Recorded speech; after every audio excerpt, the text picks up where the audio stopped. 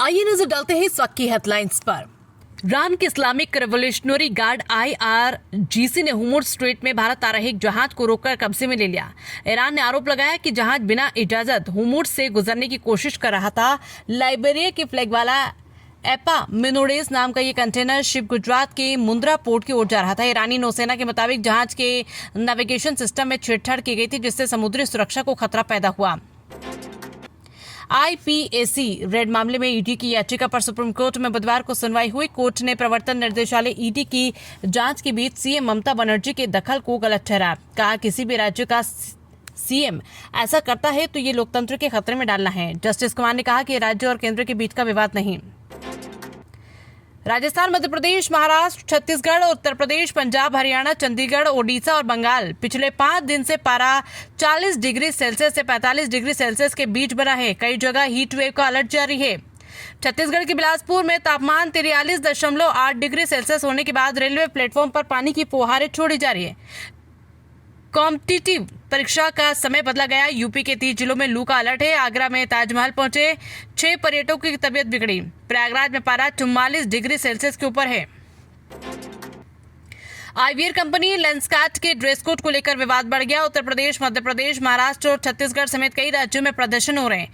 हिंदू संगठनों से जुड़े लोग 4 दिनों से कई शहरों के लेंसकार्ट स्टोर में जाकर कर्मचारियों को तिलक लगा रहे और कलावा बांध रहे।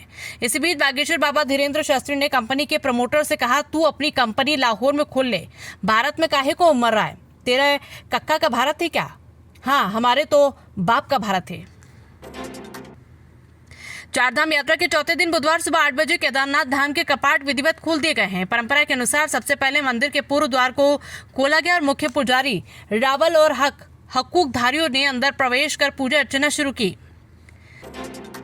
दिल्ली के कैलाश हिल्स इलाके में बुधवार सुबह एक सीनियर IRS अफसर के घर में उनकी 22 साल की बेटी की रेप के बाद हत्या कर दी गई। पुलिस के अनुसार घटना सुबह करीब 6 बजे उस समय हुई जब युवती घर में अकेली थी।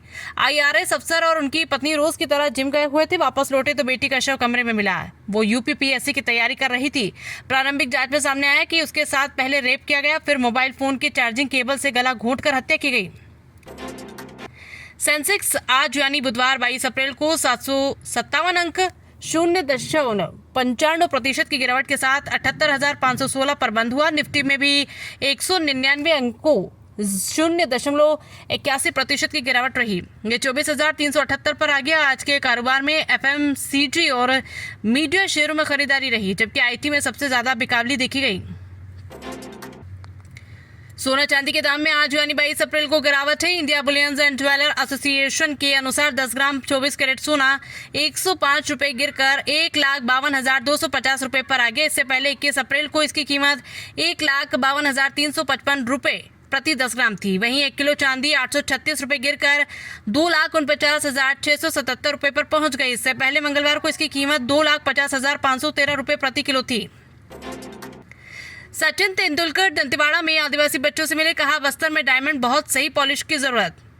50 सीटर बस में 100 स्टूडेंट लाए गए। सचिन तेंदुलकर आज बुधवार को छत्तीसगढ़ दौरे पर हैं। वे प्राइवेट जेट से अपने परिवार के साथ जगदलपुर एयरपोर्ट पर उतरे। यहां से वे सीधे दंतेवाड़ा के चितनार पहुंचे, जहां सिहाड़ी बीच से बनी माला से उनका स्वागत हुआ।